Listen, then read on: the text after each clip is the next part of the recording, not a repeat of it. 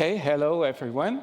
My name is Daniel Schneider. I'm replacing Kalin, the main Inkstitch developer. So I'm an Inkstitch user and teacher. And Inkstitch is an embroidery platform that is based on Inkscape. So many of my talk, motivation, why embroidery, brief history. Then I'll discuss a little bit the relationship with Inkscape, and I'll give you a short crash course on what machine embroidery is, and then I'll show you a short example. So why do we use embroidery? Well, it's some form of artistic expression, personalization. Brands have their embroidery, companies, even open source projects. Yourself, you can create your own identity. It's like having a tattoo, but on clothes. It's durable. Unlike PLA puppets that you print, they decay after a few months. It can be used for upcycling, like you have a hole in a sweater, and you put a nice penguin in front, so your sweater is actually nicer than it used to be before. So you can have a look at this. It has several of repairs. It's quite versatile. You can do frisbees. Look, this is frisbee. It doesn't fly very well. I have 10 more of these. So these are badges and key fobs with lithographics on it. And also you can stitch on several types of materials like clothes, shoes, and so forth. So the history is quite old. We can find embroidery a few thousand years back. So one nice example is Tutankhamun tomb has some embroidery. And I jumped to machine embroidery. It has been invented in the beginning of the 19th century in France, a hand embroidery machine. I will show you pictures. And then Switzerland came up with massive parallel design, where hundreds of needles could stitch things. They have been motorized, and by the end of the 19th century, these machines actually were driven by code, okay, with a tape and holes.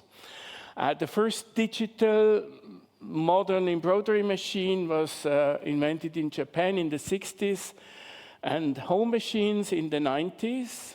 Modern software goes back to the 80s. And modern software means basically, I'll come back to that, that you define shapes. And for each shape, you define how it should be stitched. That's the modern principle.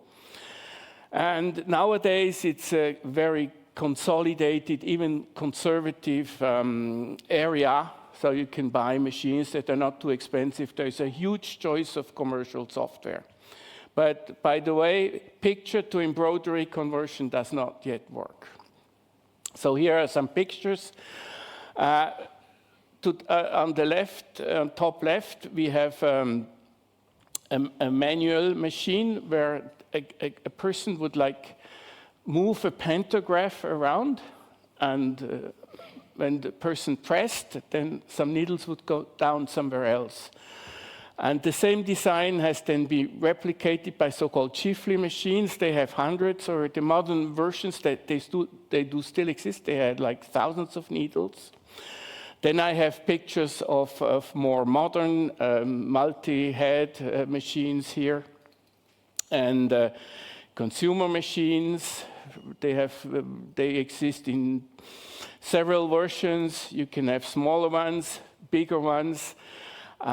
The modern consumer machines don't allow you to stitch on clothes, or they do allow it, but it's very complicated, and you cannot stitch on legs and stuff like that, or small T-shirts. So they are made actually to produce rather bags and stuff like that. And the latest machine that has been created sort of goes back to fundamentals. It's meant to be stitched on clothes, and it's cheap. It's like 430 euros. So embroidery software, the earliest software, basically required you to define stitches. So you would go like this, tack, tack, tack, tack, tack, and that would represent the points the machine has to stitch. Okay, but modern software, as I said, you define shapes, and for each shape, you attach information that tells how the shape should be stitched. The price of the software is 500 to 1,500 for something that's useful, typically in the 1,000 area. Crippleware, that's fairly useless software, sort of level 0 and level 1 versions of the professional software or semi-professional software. It's fairly expensive and doesn't allow you to do much. You can position objects, do some lettering and maybe some converting, and industrial one is 3 to 10K. All design formats are proprietary. You design something in some software, you cannot port it to or open it in another software. There are no exchange formats. Machine formats are fairly simple. Basically, it tells the machine stitch here, jump here, stop here, change color. These are also proprietary, but you have conversion tools. And the main functionality of embroidery software is some image processing, mainly converting some picture, raster image or vector image to embroidery objects, manual digitizing. So it's also a drawing tool. You can draw your embroidery objects, modify them, and most importantly, parameterize them. And parameterize means, as I said before, that you explain to the software how a certain area or shape should be stitched. And lettering is important because if you are an amateur or even a professional, it takes a long time to get letters right. So in embroidery software, the letters are already pre-digitized. And you have all sorts of letters. Like here I have an example that's a non-typical thing. It's a cat font, and here is another one. It's a tartan fill, and that's part of Inkstitch. And then, of course, you should be able to simulate the whole thing so you can and analyze it in various ways.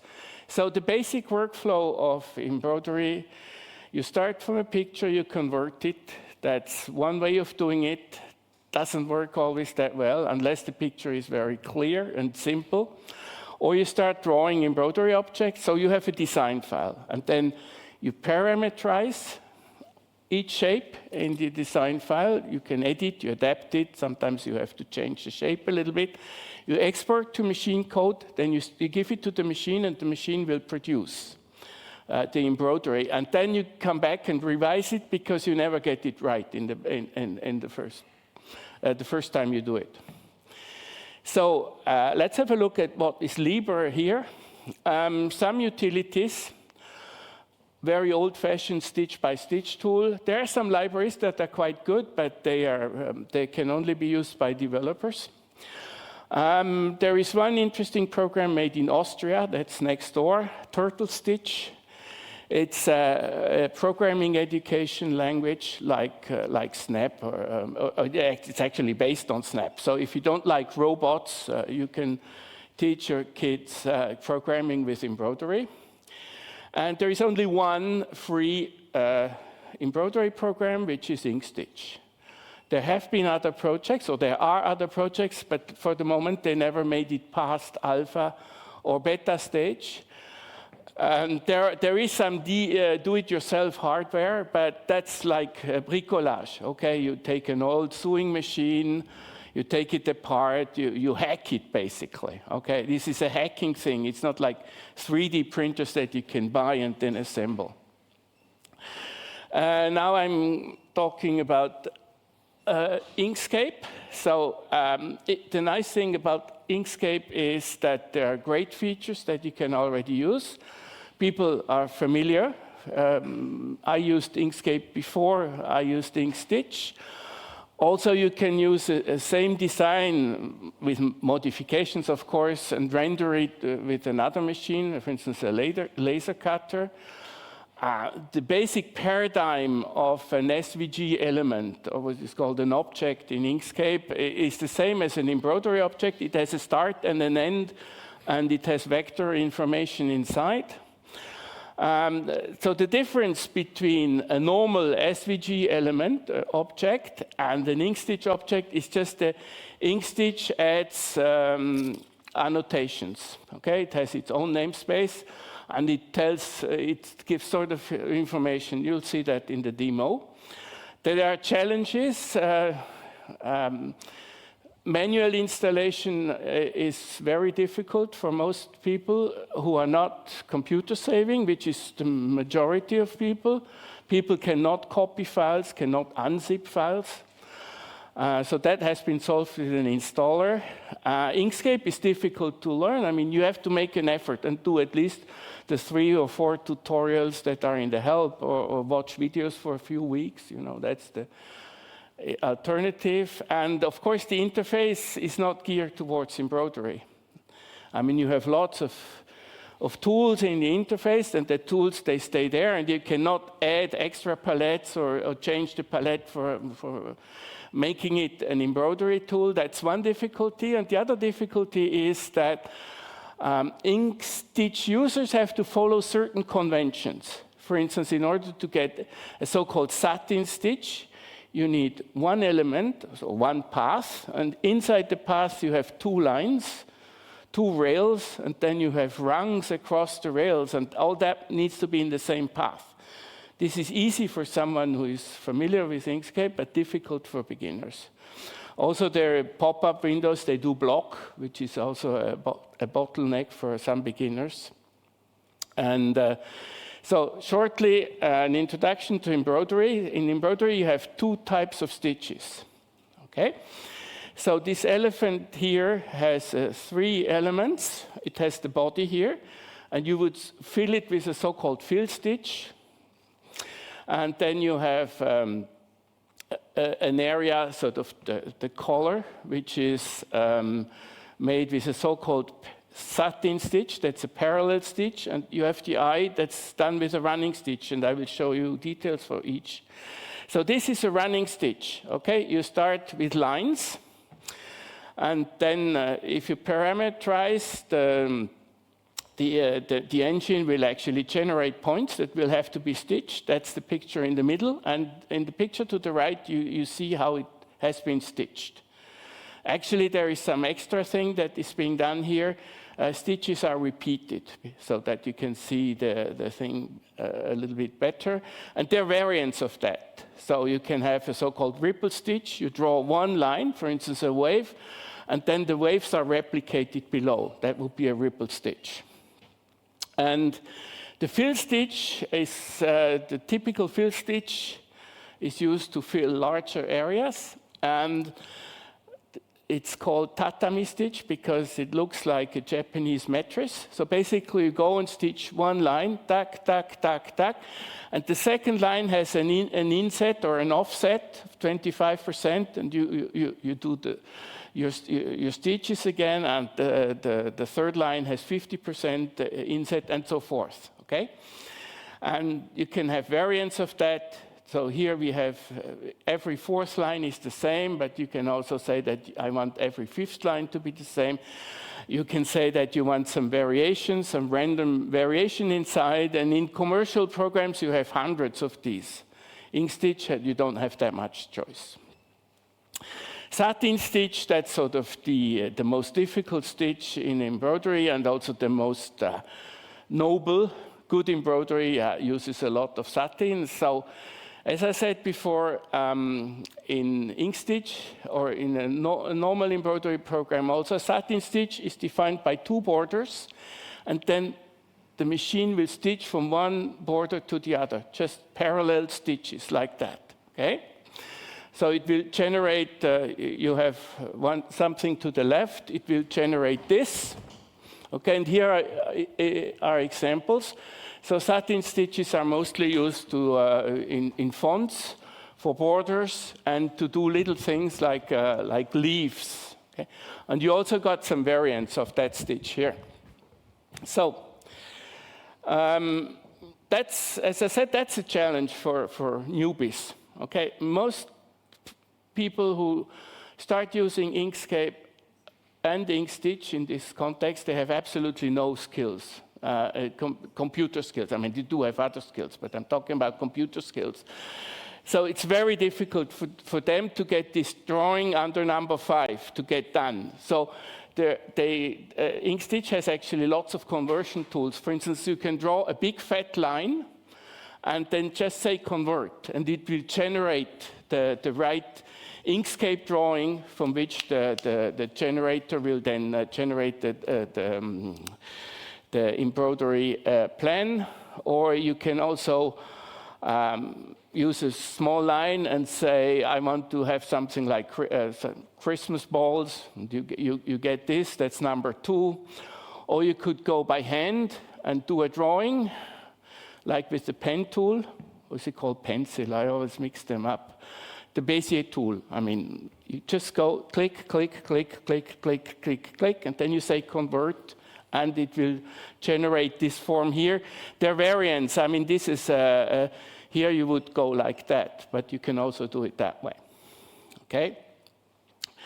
Now, just the challenge, embroidery is not very difficult, but it's complicated. It's a bit like education. You have like maybe 20 or 30 variables to get it right. In embroidery, there's lots of things that can go wrong. And one of the things that can go wrong is the fact that embroidery will pull in the stitch direction like this, and it will push in the other direction.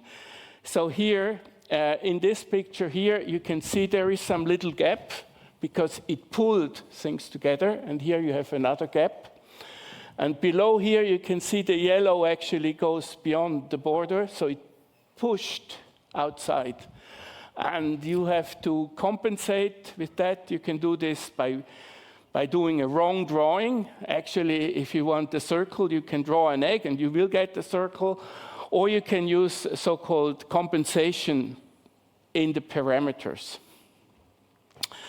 Now, some information about the project.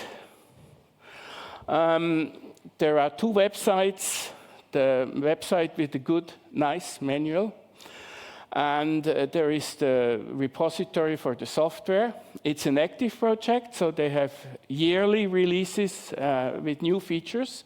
It's fully localized in 3 languages and partly localized in other languages. Support groups are on Facebook, because that's where the people are.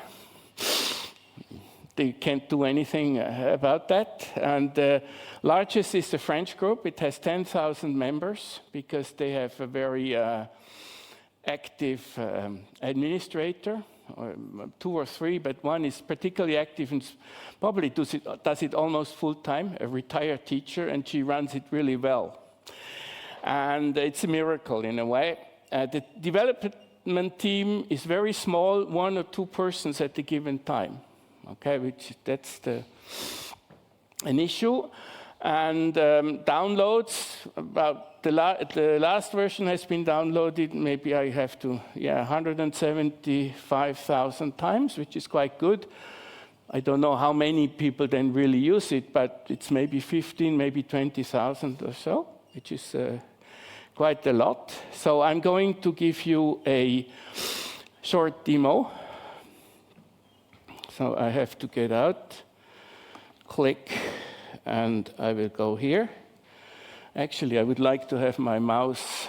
I miss my mouse. I'm not able to use. I'm an old person.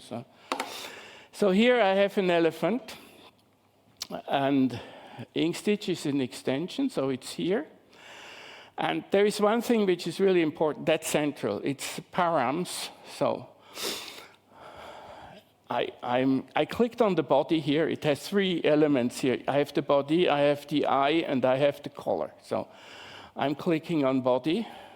And here to the left, you see the parameters, and to the right, you see a simulation. So depending on what stitch you select, you can have several fill stitches here. This is the normal tatami stitch. You would set the angle. Here it's set to 60 degrees. I make it 30 degrees.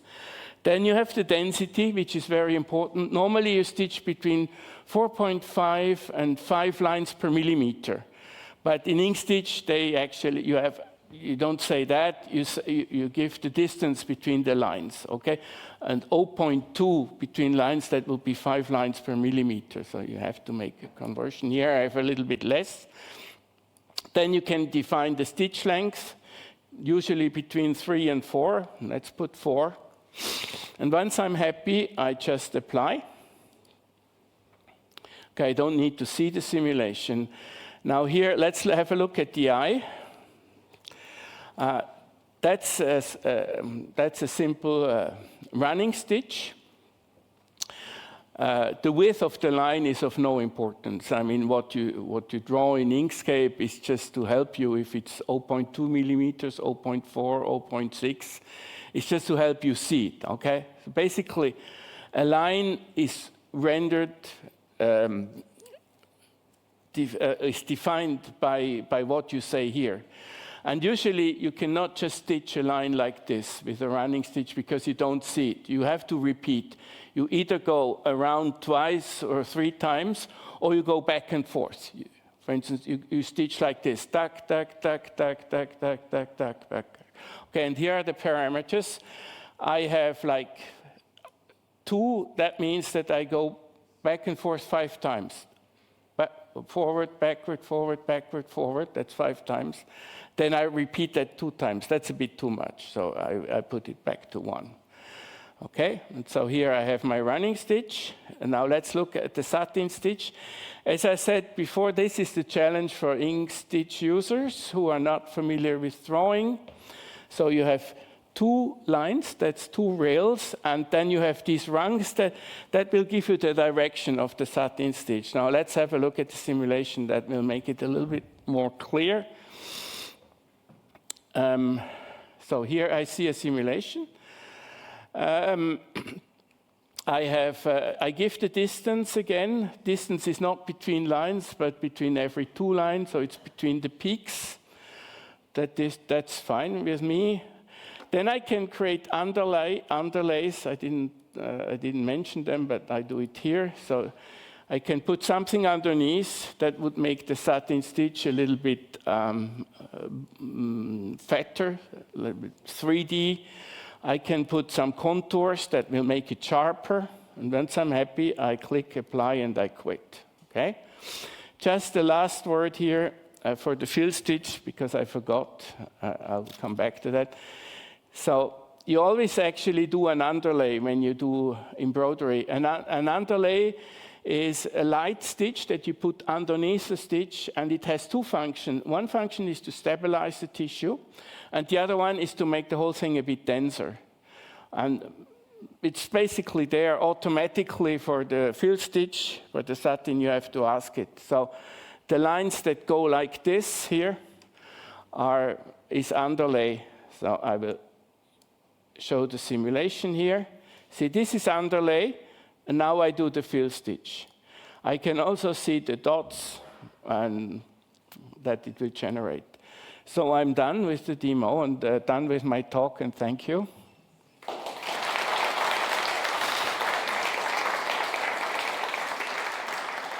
Thanks so much. Thank you so much. Are there any questions left? Yes, one question already. Hey, thank you for the talk. I was just curious on the elephant, like the more complex stitch that you mentioned. Yeah. The cross lines, are they, like, how does it distinguish between the longer lines and the cross lines that tell the direction? Is it just like the length? Or? Yeah, that's some heuristic that the programmer has to know. I think they are shorter, okay? And the other thing is there can be an ambiguous situation where they have both the same length. And in that case, if there is only one that defines the direction, they pick that one. And otherwise, if you put 2, that's maybe a bad idea, so you should put 3 there. Yeah.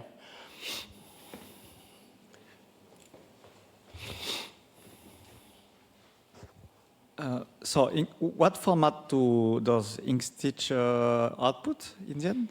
Okay, in embroidery, you always have to decide between design format. So the design format, as I said before, is SVG, just with annotations, okay? So in XML, you're allowed to add whatever information you want to an object. So you add just information to a typical Inkscape object, and then you can export. And the export goes like this. You say File, save a copy, because export is reserved for PNG in Inkscape. And here you choose the file, okay?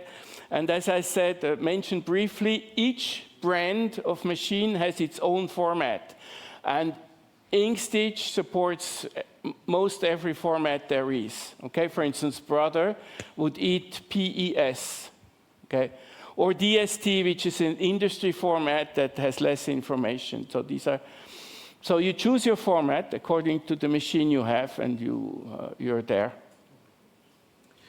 Okay, thank you very much. Okay, there's one more question. We're going to do that. Does machine embroidery not have cross stitches? There are some commercial programs do have cross stitches.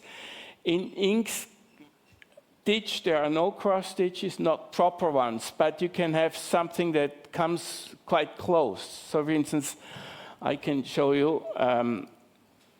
I will do a knockdown stitch, which uses these, okay?